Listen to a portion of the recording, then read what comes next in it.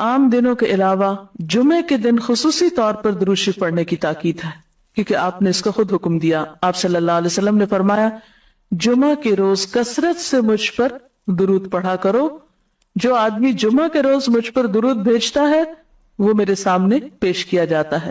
اسی طرح دعا سے پہلے، دعا کے بعد، پھر جہاں کہیں آپ کا نام لیا جا رہا ہو یا لکھا جا رہا ہو یا کسی بھی طرح آپ کا ذکر آئے وہاں آپ کے لیے درود پڑھنا۔ اسی طرح مسجد میں داخل ہوتے وقت درود شریف پڑھنا، مسجد سے نکلتے وقت درود شریف پڑھنا، پھر نماز سے فارغ ہونے کے بعد درود شریف پڑھنا، یعنی ایک تو نماز کے اندر ہے لیکن نماز سے فراغت کے بعد، پھر اسی طرح ہر مجلس میں آپ پر درود پڑھنا ضروری ہے، پھر اسی طرح صبح و شام کے اوقات میں، یعنی یہ تمام مواقع ایسے مواقع ہیں جس میں آپ درود شریف پڑھ سکتے ہیں۔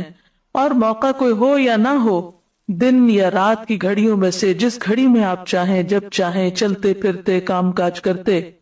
آپ اللہ کے رسول صلی اللہ علیہ وسلم کو یاد کر سکتے ہیں، آپ کے لیے درود اور سلام پڑھ سکتے ہیں۔ نبی صلی اللہ علیہ وسلم پر درود شریف پڑھنے کے کئی صیغے ہمارے ہاں مشہور ہیں، اس میں کچھ تو وہ ہیں جو آپ صلی اللہ علیہ وسلم سے ثابت ہیں اور کچھ ایسے ہیں کہ جو لوگوں نے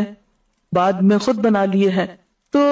وہ ایسے تمام ورژن یا ایسی تمام عبارتیں جو لوگوں نے خود اس معنی کی بنائی ہیں، خواہ وہ عربی میں ہے یا اردو میں ہے، تو ان کو پڑھنے کی حد تک تو پڑھا جا سکتا ہے۔ یعنی اگر نثر میں کوئی ایسی عبارت موجود ہے جس میں آپ صلی اللہ علیہ وسلم کے لیے دعا کی گئی ہے یا آپ کی مدح کی گئی ہے یا آپ پر سلام بھیجا گیا ہے، خواہ وہ نثر میں ہو یا شعر میں، تو اس میں حرج تو کوئی نہیں، لیکن وہ چیز جو خود آپ صلی اللہ علیہ وسلم نے ہمیں سکھائی اور جو آپ کی طرف سے ہمیں ملی،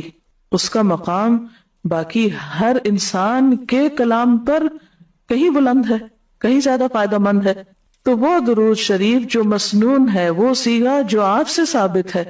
اس کا پڑھنا افضل ہے، وہی اصل درود ہے۔ اور باقی تو انسانوں کے خیالات یا جذبات کا اظہار ہے، خواہ وہ شعر میں ہو، خواہ وہ نثر میں ہو، خواہ وہ اردو میں ہو، خواہ پنجابی میں ہو یا کسی اور زبان میں ہو، وہ تو پھر انسانوں کے کلام ہے نا۔ تو جس طرح اللہ سبحانہ وتعالیٰ کے کلام کو باقی تمام انسانوں کے کلام پر فضیلت ہے، اسی طرح نبی صلی اللہ علیہ وسلم کے کلام کو بھی باقی انسانوں کے کلام پر فضیلت ہے۔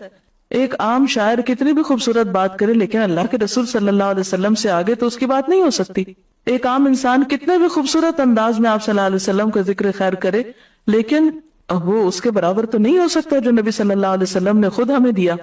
تو بہترین صیغہ وہی ہے جو ہم نماز میں پڑھتے ہیں، جسے درود ابراہیمی کہا جاتا ہے، اور اس کا پڑھنا باعث اجر و ثواب ہے اور اس میں کوئی شک ہی نہیں۔ اسی طرح